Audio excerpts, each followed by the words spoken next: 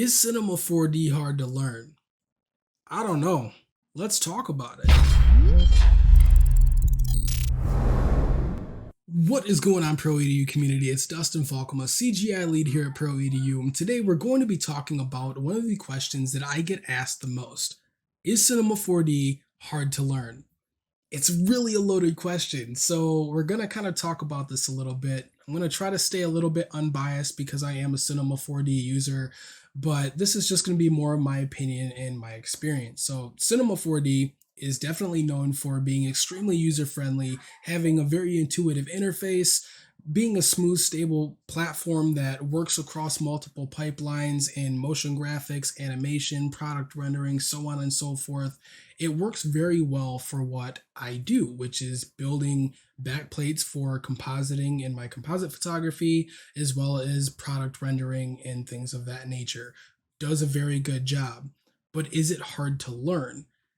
When you get in for the first time, there's really two sides to this. Either you're coming to Cinema 4D from a place of experience in another 3D software, or you're getting into 3D completely fresh from the beginning. So with that being said, let's talk about the fresh start for a minute. So assume we're coming from something like Photoshop. Cinema 4D's layout reminds me a lot of Photoshop, and we'll talk about that here in a bit. But I feel like there's a lot of direct correlations that can be made between Photoshop and Cinema 4D and the way that the interface works. And so for me, it was quite easy. The hardest part to get past with the navigation and the layout is the fundamentals of 3D in general. And I feel like that's what maybe trips a lot of people up, and they really kind of attribute that to the software rather than really looking at the base fundamentals of 3D as a whole when you're starting from a new beginning. Now, the 3D fundamentals, learning how to navigate 3D space, learning the basics of modeling, materials, lighting, rendering, post-production, all of this stuff can be very intimidating if you go into Cinema 4D with the mindset of having high expectations 2 days after you learn the software. It's going to take time and practice to get in and actually learn enough to start feeling comfortable. And that can happen very fast, but it's definitely going to take time, practice, and patience.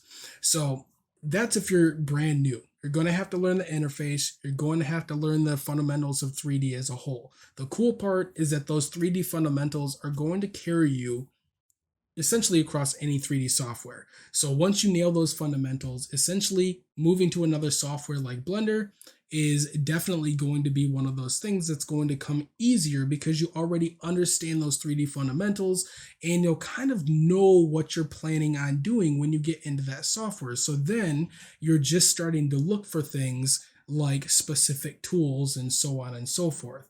So it's kind of that way in reverse. If you're coming from a package, say like Blender, and going to use Cinema 4D for the first time, you already know those 3D fundamentals. You've already started, you've already practiced, and now you're just going to be using Cinema 4D and starting to learn in that space and figuring out those specific tools there. So definitely going to be a little bit of a learning curve on either side. I don't feel that it's as intimidating as even as I made it out to be when I first started in 3D. So I started in 2008 in 3ds Max, and I really loved it. I was super pumped, and I look back at some of the stuff that I did then. I don't even know if I can find those on the hard drive anymore, but I think back and I look and I'm just like, man, like you come a long way. You start to practice and do different things. I moved from 3ds Max to Maya to Blender, Cinema 4D before Blender, but that's neither here nor there. And I landed on Cinema 4D because of how well that worked with my existing knowledge and just the way I work as a creative. So part of that really boils down to how you work as a creative. For me, being into product rendering and starting to get into motion graphics then at that point, it was one of those things that really made sense for me. I enjoyed it. I liked Photoshop. Cinema 4D reminded me of Photoshop. It helped me kind of take that learning curve and crunch that down a little bit because I could make those comparisons. And one of the biggest things that I can tell you guys is that if you have existing knowledge and experience in other skills, don't be afraid to use that in 3D space. I think a lot of time when people start in 3D, they kind of forget that, say, photographers, for example, oh man, I'm a photographer.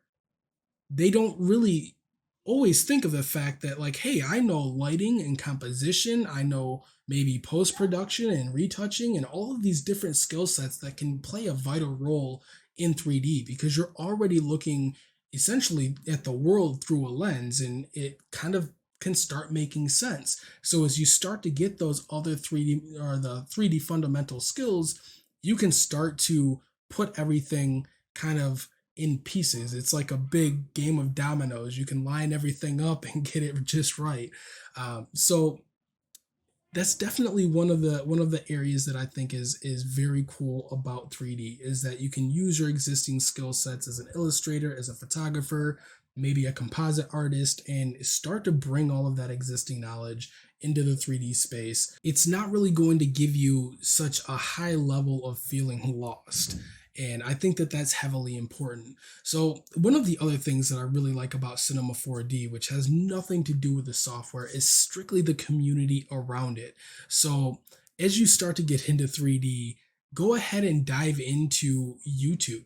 Start to, check out people, get inspired, Facebook, Instagram, find artists that are using Cinema 4D. There's plenty of groups and communities out there that not only aid with feedback, but they also aid in just supporting you as an artist that's just getting started. And so that's something really cool that I kind of wish was much more available back in the day when I had started out. One of the areas that I would definitely push is going to be the way that you learn. So I am really one of those people that I like to run. And what I mean by that is I like to get into software and I like to just kind of stumble and start to figure things out. And then little things start to click as I start to troubleshoot and figure out, being a problem solver essentially. And that's one of those things that works for me. So what I do like is I like to get in and say, hey, here's where everything's at, and then start creating from there, because it is like, hey, here's Photoshop, this is where your brush tool is, this is where your layer panel is, da da da da da da da. Start creating, and then I get to solve many problems from that point, and it's really nice. So don't be intimidated by that. Don't be afraid to fail. It's definitely going to be a place for you that is going to require some patience, and this is something that I talk to my students about all the time, is having patience along your journey, along your process, because it's so easy for things to really falsely intimidate you, like not understanding your journey and that you're just starting out and you immediately want to get in and run and become a 10-year veteran in 2 weeks. And that's not really how it works. And that's not really how anything works. So it's okay to slow down a little bit, slow the brain down, and just allow yourself to get passionate in learning that software and moving forward. Now, learning Cinema 4D for the first time doesn't always have to be that hard. So at ProEDU, we have my 6-week course that's an introduction to Cinema 4D and Octane for photographers. We also have a 3-part tutorial series if you don't want to really do the synchronous learning.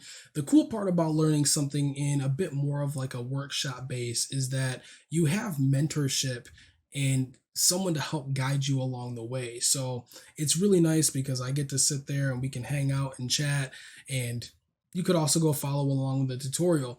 Now, I realize that I might not really be the guy that you want guiding you, and there's a lot of other places on the web to get different bits of training. So Cineversity.com from Maxon is definitely a good place, a good base of a lot of information, as well as their YouTube channel. Grayscale Gorilla, these guys are super cool. I really like the way that they have everything laid out. They've got really good plugins, assets for 3D, good training, and it's one of the places that I like to go when I'm looking to get into various things. So those are really good. There's also a lot of different YouTube communities that you guys can join, like the Motion Designers community, Cinema 4D's channel there. There's really a whole lot of learning everywhere on the web. So as you start to look into this, you guys can start to find things and search for stuff that's really going to pertain directly to what you want to learn, how you want to learn it, and you're going to find somebody along the way that's really going to click for you. And I feel like that's a definitely a place that you're going to want to be when you're diving into Cinema 4D for the first time as a completely new user, or if you're just kind of transferring over from another 3D package, finding that community, finding people that are going to, aid in mentoring you, giving you feedback, helping you grow as an artist is huge. So what I'm going to do here is essentially hop into Photoshop for a moment and make these quick comparisons between Photoshop and Cinema 4D. And then I actually want to share with you guys certain pieces and clips from an interview that I just had with a recent student that I think you guys might find helpful if you're really considering Cinema 4D for the first time. And hopefully it will make it a little bit less intimidating. So let's go ahead and dive into Photoshop first. I'll see you guys there. Here we are in Photoshop, guys.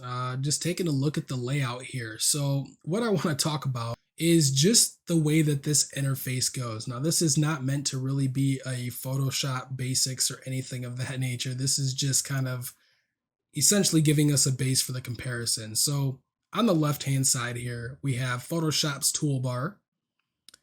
On the top, we have a bunch of different modes that are pertaining to each of the tools that we're using here from the toolbar. And then we have our top menu. Right in the middle here, we have Photoshop's canvas, which is where we essentially create all of our Photoshop artwork and visualize what we're doing. Now, what we'll see here is the info panel. We have the properties panel. We have a layer panel here on the right, and our navigator with our navigator. It's our navigator. There we go. So what's cool about this is that if we go ahead and we double click on a layer that we have here, so I just have a smart object, we're going to get a bunch of different layer styles, and we all know what these do. We can go ahead and place drop shadows and different things like this on our layer. Now, we also have the ability to add smart filters to a smart object. So if we head up to filter, we'll just say go to liquify, give that a moment to pop up here. And now we can go ahead and liquify this image. And now we can go ahead and make adjustments if we wanted to by simply just double clicking into this smart filter and adjusting it. So very easy. Toolbar on the left, got our different options for the tools here on the top left, our canvas in the middle, layers panel, different layers, smart filters, and layer styles, properties panel that tells us what we need to know specifically about that layer, and our info panel here that's going to give us various information. So keep that in mind here. So let's go ahead and pop right over to Cinema 4D. All right, so we're in Cinema 4D, and holy cow, this is a whole lot different. It's a new space, might be intimidating at first, but the way that my brain processed it when I first started in Cinema 4D made it a lot easier to understand.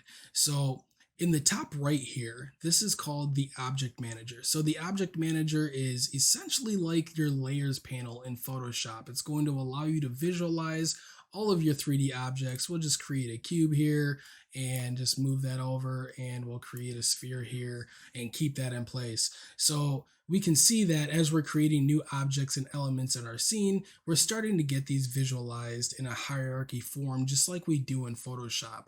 Now we can also grab these and we can go ahead and group these two. That's going to create a null, which is essentially a group in this case, and we could just go ahead and rename that to what we wanted to rename that as.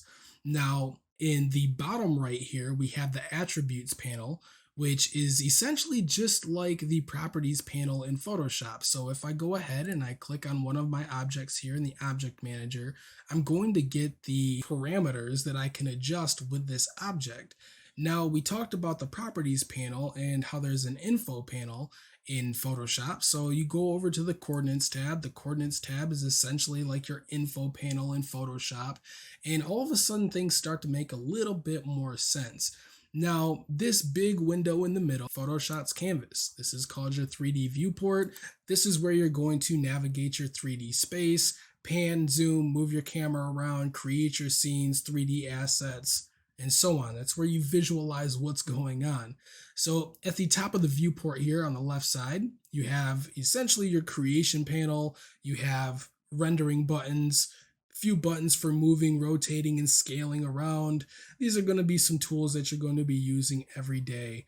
And then on the left side, you have different 3D modes that you can go into. Now, these are part of the 3D fundamentals that you guys will learn about, but there's quite a few options that you have to play here.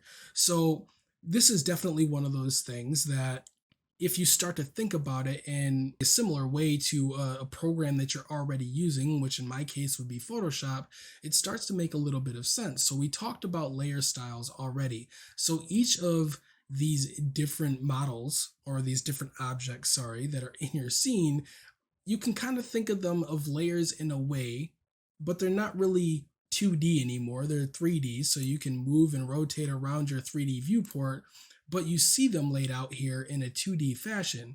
So what's nice about this is that you have these little guys that are tags here. So tags are essentially going to be similar to layer styles where they allow you to expand the parameters of that object and allow you to manipulate it and do different things in your scene based off of these tags. So these are kind of like layer styles to me. That's kind of how I made the correlation.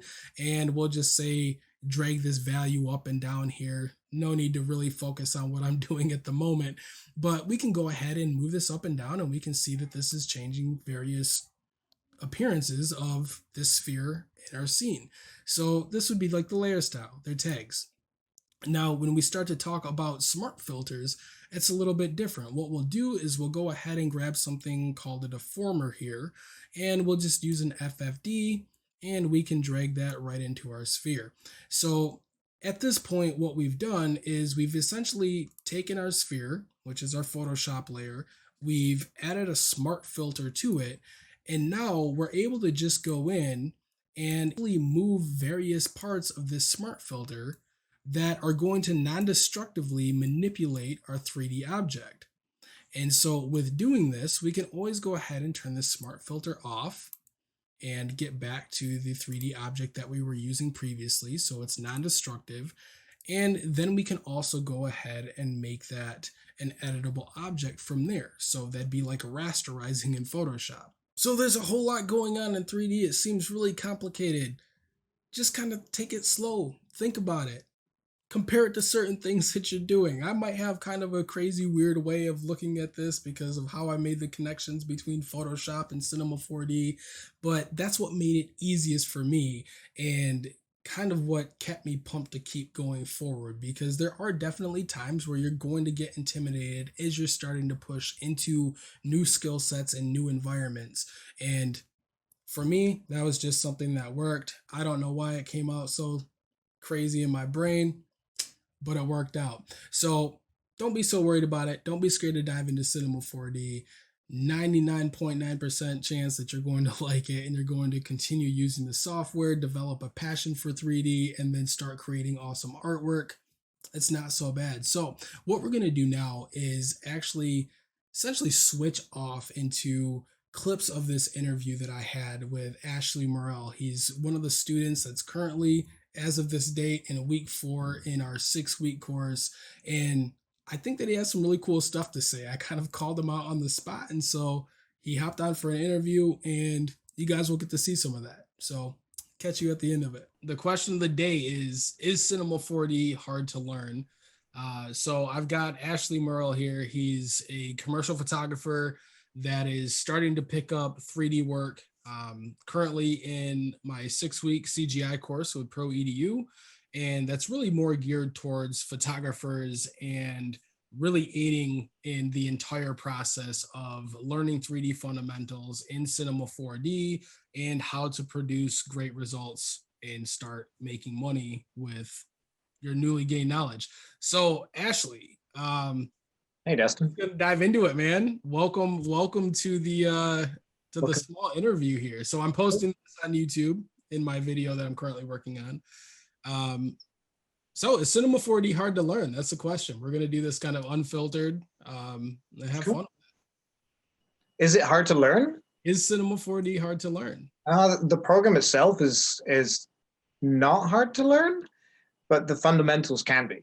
So like between like CGI and photography, there are some key differences that make it a bit more of a journey than just kind of like the C4D itself is not that hard. It's like Photoshop.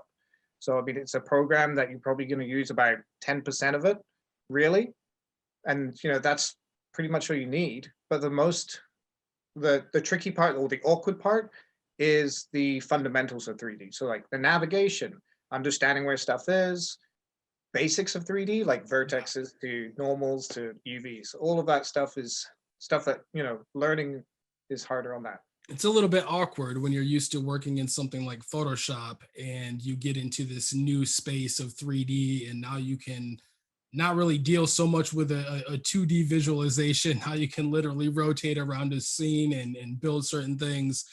So it gets a little bit awkward. It's almost like learning how to ride a bike again or learning how to walk Yeah. again in this new space. So, what specifically about Cinema 4D makes it easy in your journey coming from Photoshop, retouching, photography? What for you really is easy to pick up in the software itself? It's kind of like the layout. Like the layout feels like Photoshop. Like you have a lot of the stuff that you're going to need and going to be playing with on your right hand side. And like C4D is so nice that you can switch it around just like Photoshop. So you can really fine tune it to your needs right off the bat, which is really nice. But I think like it's just like any program, right? You've got to learn how it works. And that's the part that kind of makes it easier with Cinema 4D. A lot of it is just, a help button away or a click away from figuring stuff out. I think Um, the key difference between all of those programs is I just think of them like cameras, right? Like Blender could be Nikon, and C4D could right. be Canon, and Maya could be like Fuji. It's the box that makes the magic, right? Yes. So and like it just Yes. comes down to whatever you like. I mean, like I personally shoot Canon and Fuji, and I love both of those. I have a hard time with Nikons. It's just that's who I am, and it's Right. really like that, and I feel like your comparison to this and going from film to digital is highly relevant. As someone who was a film shooter in the early days, and Yeah. then I saw the opportunity and went and purchased God, I've been a Canon 10D back then, and actually I was one of the first guys in my town to actually go to digital because I saw this is like this is where it's going to be, changing up. I think mindset is really you got to go into this willing to start afresh and be like a sponge for information, right? Like well, I kind of did like a month's worth of Blender before doing this, and that really didn't it helped in some respects. Like I understood what vertexes were, understood what normals were, understood UV mapping. They're all things that I understood just from going through and doing it earlier, but that's kind of where it ended. So like going into this, the smartest thing that you can do is go into it accepting the fact that you're not going to be very good with this to start, right? And there's going to be a lot of learning up front, and especially that front load of information, just from like verbiage to location of tools to what the tools do to what you can and can't do, because there are limitations in everything, right? And so it's like you want to make sure that you know all of that stuff. So the mindset of willingness to fail and fail forwards Right. is really key. You got to learn to walk before you run. That's part of it. It's Right. just willingness to learn how to walk. Yeah, and I talk a lot, just throughout the course about having patience, right? Because I'm very much the same way in the sense that when I pick something up first time, whatever, and I'm inspired to use it, I like to dive right in and I'll fail my way forward to decent results, and then I'll use my Photoshop skills to, amp it up and make it look better. It's really Yeah. important to know that not everybody learns the same. The learning curve is different from person to person, creative to creative. And just because I teach, Cinema 4D, these fundamentals that we're going through in our course and building cool stuff, that may not be the way that everybody's going to learn. And some instructors are going to hit you differently Yeah. than others. And so it's not really as much something when we're talking about the course as saying, hey, we got a course, come join. I mean, I'd love it if you would, because I like to talk to creatives, and really love to mentor and help, people learn and be a part of their journey. But there are other avenues to take. And so as we're getting into this, we can talk about some of those avenues, and maybe places that I learned Cinema 4D and got into prior to even teaching this course. But let's go ahead and talk about feedback, and how that's impacted your view and your kind of journey along Cinema 4D over the past 4 weeks. Um, I think that for me, as someone who learns through, actually going out there and doing it, like I'm, you know, very much one of those people that kind of get involved and just go out and do it. I tend to not be great with like sitting down through like lectures and stuff and learning just from a simulation. So I kind of like when you do lectures, for example, I'm half ashamed to say that I'll have you on a second screen and then I'll work on my stuff during the time. And usually like one of the things you say will like trigger me into making something on my side, which is great because that's how I learn. Right. And I feel like where this course is really good, like what in the past when I've done like pro edu courses, it's been follow along, copy it, and then hope that works. Like some things you can't, fully get, and just the way the instructor gave it out was a little bit confusing to me, anyways. And so I kind of had a couple of ones where I kind of would skip over spots and come back to and fix it later. With you in this course, and with Pro Review's CGI course in general, it's and like I'm gonna actually leave you out of it here for a second because just the feedback from other photographers, like there are so many talented people in the group, There like are. that to me, that's my core community to like get some real feedback, right? Right. People who are not like they don't care whether I like it or not, they just want to help get it better, right? Right. And there's so many people like that out in the community, like the Discord, which is probably the most undersold section of the entire class. It's fantastic. Right. 90% of your time is going to be spent sitting in there throwing gifts at each other. But I mean, it's really a powerful tool to be able to say, hey, I put this, like the light bulb that I did in like, I think it was like week 3 was like a pivotal moment for me where just the feedback from everyone saying, oh, it looks really great, it looks good.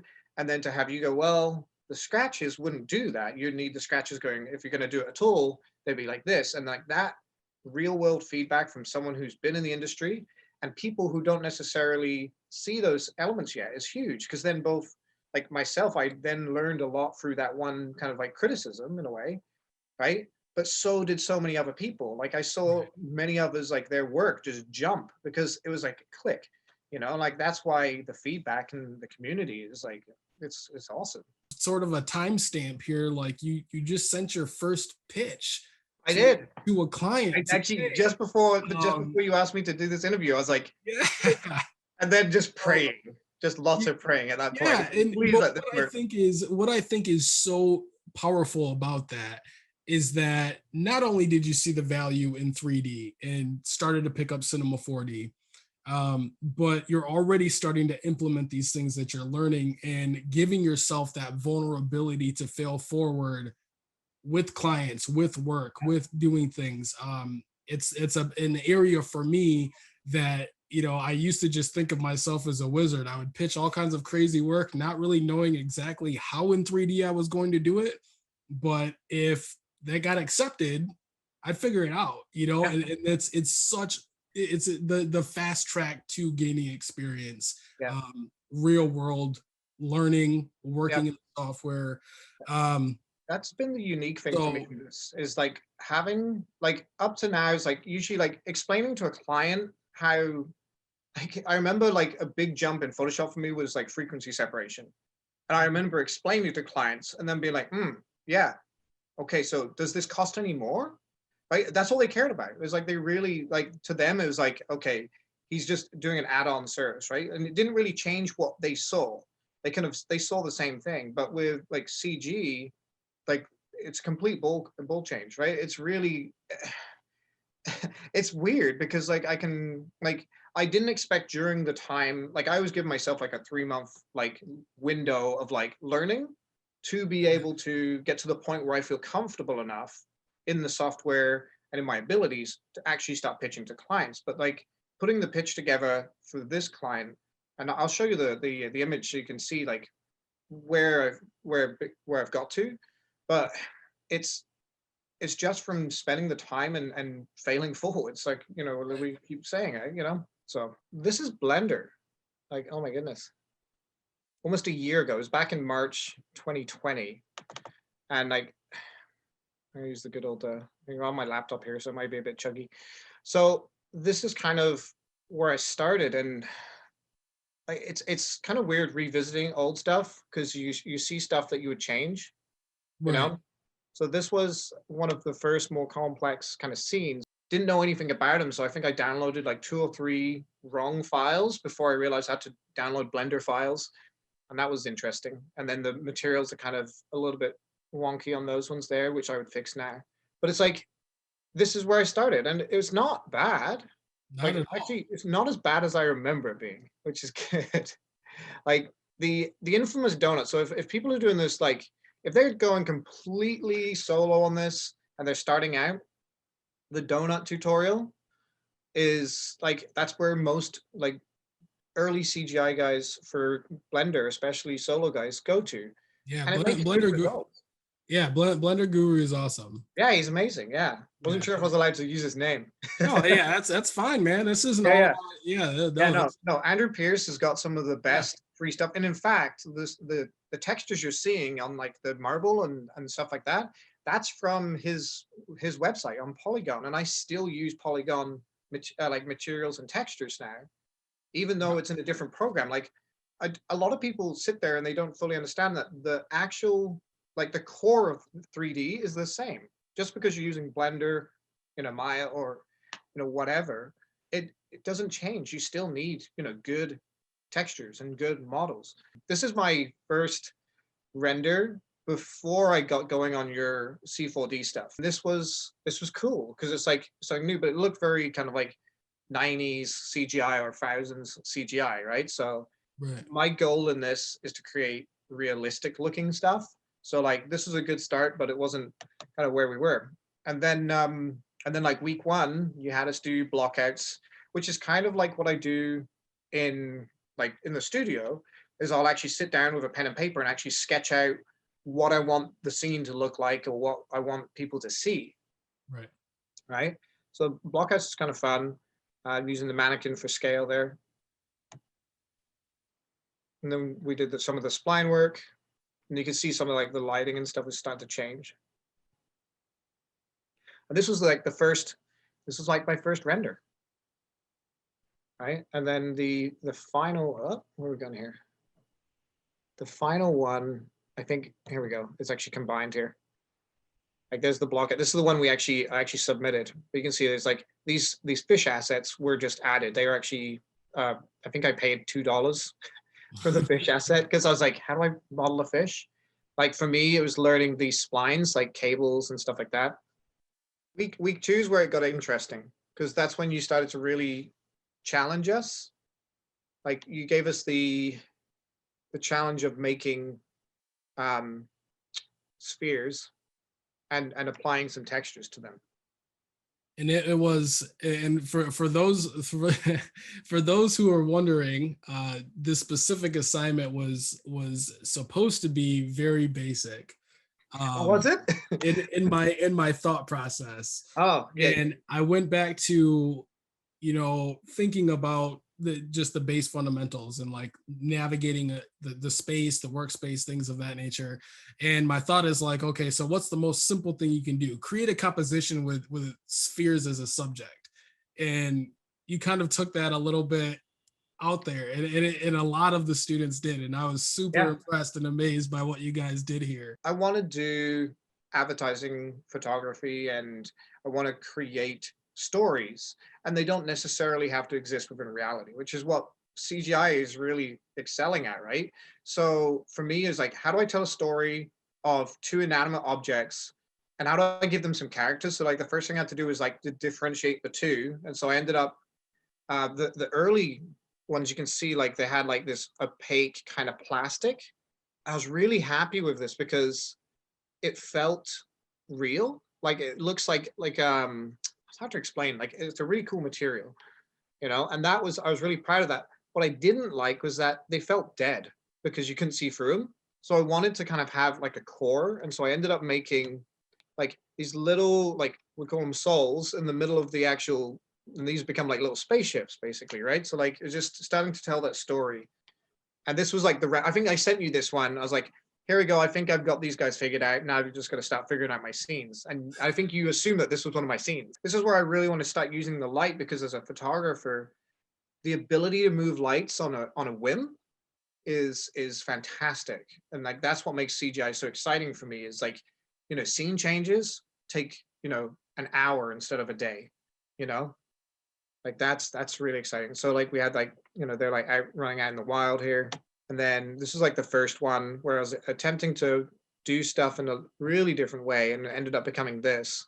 I think that's one of the coolest things of this course is the impromptu, like I'm gonna hop into Discord and chat for, 5 minutes, which turns into 5 hours about, stuff that we're working on, stuff that you're working on. Like I love seeing you work on stuff. Even just watching you work on like images is very inspiring, and you kind of see the workflow too, which is really nice. So Right. yeah, this was like the first of the series where they're like escaping the factory. Is the last one where they escaped, and then they're like just out in the wild, and then you can actually see the actual thing. So we actually, like when I was making this, I just wanted to have them kind of otherworldly, so kind of not identifiable basically. But it's really cool for, for people to see where, as somebody who's brand new to Cinema 4D and getting into this software, Yeah. what you can actually create and start to move through as you get going. So you learn the basics, you learn the fundamentals of 3D.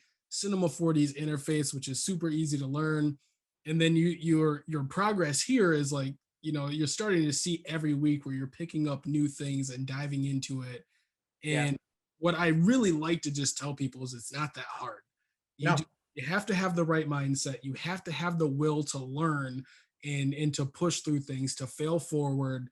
And this goes with learning anything new. It doesn't matter whether it's strictly Cinema 4D as a software, but anything, Yeah.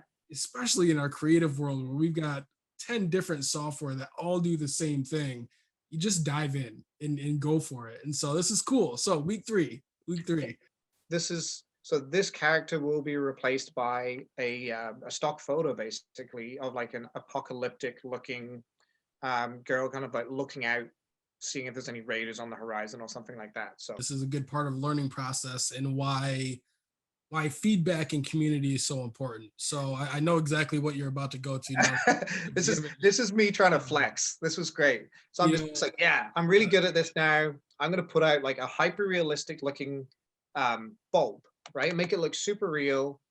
And I wanted to have like this bulb on like an East Coast kind of like porchway, and I wanted to have like a very realistic looking. And for like most people, when they started looking at this, they were like, wow, this is great. And I posted it to Instagram, and a lot of people actually thought it was a photo.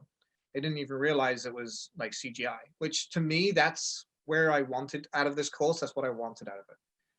And then I kind of posted it up and actually called you out in Discord and said, yo, like rip this apart, right? Because for me, that's the time when you can learn a lot, is when someone who gets it can really, just rip it apart basically, right? And this is a really simple scene. There is nothing crazy here. There's just a bulb element, which was taken directly from C4D's library. Yeah. And that was it, and an HDR in the back. So this is not difficult at all. But it's just like the texturing and stuff like that. So I kind of put all these textures on the bulb. I wanted to make it feel very windswept. And then I think I have it here. Yeah, I do. Yeah. And then you came along into the hangout, and we sat for a couple of hours, and then you made your version of it. And like you actually rebuilt this from scratch, which was really impressive to me. You didn't, because at first I was like, okay, he's just going to ask me to grab my file, and then he's going to tweak it and then fix it. But no, from scratch, it took you less time to do it from scratch than it did for me. And which was really cool, because then I got to see like ways that I can streamline my workflow, right? Like as I mentioned before, like we don't want to be working on files for months. We want to be able to create these files for clients and then put them out. Like this is a perfectly good shot for like, if this is like an antique lamp store, like that could be like one of their, headers for their website or something like that. And so that's kind of where I was going. And then you kind of really upped the ante as far as like the bulb goes, and how there's like dust on there, but not too much. And there's like scratches, but it's not, the bulb itself is not scratched because it's in that cage. And you kind of like, you showed me some thinking processes that I didn't do up to then. What really is fun for me, like I seriously get humbled by how fast you guys are starting to pick this up and starting to go, and the passion that's already being creative. Like I really, I'm kind of honored to be a part of like your journey. Like I really enjoy it. It's super cool for me. And so when we get in these creative hangouts and you guys are asking for feedback, you know, it's one of these things for me that it's like, look, I can just tell you what's, you know, maybe not the most realistic. I can go through certain things. And part of learning a software and learning a new skill set is being able to get feedback Yeah. and get it well. And that's part of, you know, the Cinema 4D community as a whole. That includes Cinema 4D specifically for, you know, Maxon, and then the render engines that are inside of Cinema 4D. All of these other groups that you can get into will give you amazing feedback. And so as your instructor, this is something for me that I'm like, look, I got an opportunity here. We had, I think, probably 8 to 10 of you guys that were all in that hangout for like the 3 hour time that we took explaining all of it and why we were doing things and how it was working. And then you guys started to take off in your own tangents, and it was amazing. Like it was super cool to see because I could just feel like the creative juices going.